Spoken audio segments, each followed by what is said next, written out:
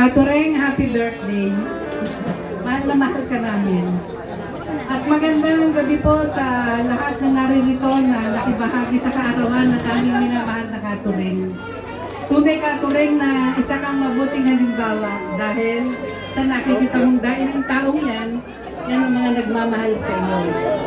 Ang aking masasabi lang na tangi ko iniingat-ingatan sa ating puso ay nung kalakasan pa, hanggang ngayon, nung kalakasan mo, bata ka pa din, kami bata pa, nakita ko na ang isang mabuting mong halimbawa, isa kang mabuting manugang ng aking mga magulang, isa kang mabuting hipag, bayaw, isa kang mapag-alala, isa kang mapagturo, na marami kong natutunan sa iyo. Na hindi ko malilimutan, nung panahon na ang mga anak ko ay maliliit, gusto kong umambag sa mga tao na sa kanilang mga okasyon. At ang sabi mo, hindi kailangan malalaking halaga kahit maliit, makapag-alala ka lang, yun ay matatanim sa kanilang puso. Isa sa bagay na yun ang aking pinagdaan para sa iyo. Kaya hanggang sa ngayon, kahit sa anong paraan, ay ginagawa ko yun yung mga turo mo sa akin, kaka. At maraming salamat pa sa mga pag-aalala mo sa akin na nakikita ko. Lalo't ang bawat maliliit na bagay na ipinakikita ko sa iyo, pag-aalala ko, pinapalitan mo ng halik na matutunog. Hindi ko makikilimutan yan. Happy birthday, Katureng, at mahal na mahal kita. Mahal na mahal ka ng aking pamilya. Happy birthday. I love you. Next po tayo ay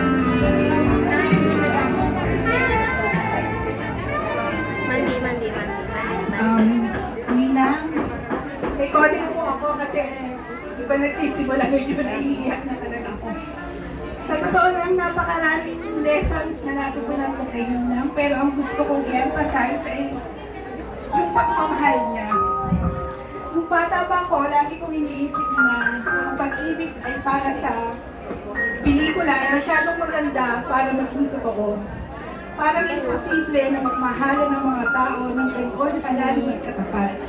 Hanggang sa nakita ko sa inyo ni Ninong, na kaya rin pala natin magmahal ng ganoon. Sa paraan ng pag-aalaga mo, pag-unawa at pananatili sa tabi ng mga taong mahal mo. Itinuro mo sa akin, Ninang, kung ano ang itsura ng tunay na pagmamahal. Dahil sa iyo, natutunan ko kung paano mahalin ang asawa ko na may pasensya, lambing at katapatan. Salamat, Ninang, sa pagiging inspirasyon ko pagdating sa pag-ibig at sa pagmamahal sa pamilya. Maligayang kaarawan, Ninang, mahal na mahal ko at maraming salamat po sa lahat na itulong mo po sa akin. maraming salamat, Ate Aileen. At ngayon naman po ay tatawagin ko si Mrs. Corazon de la Cruz.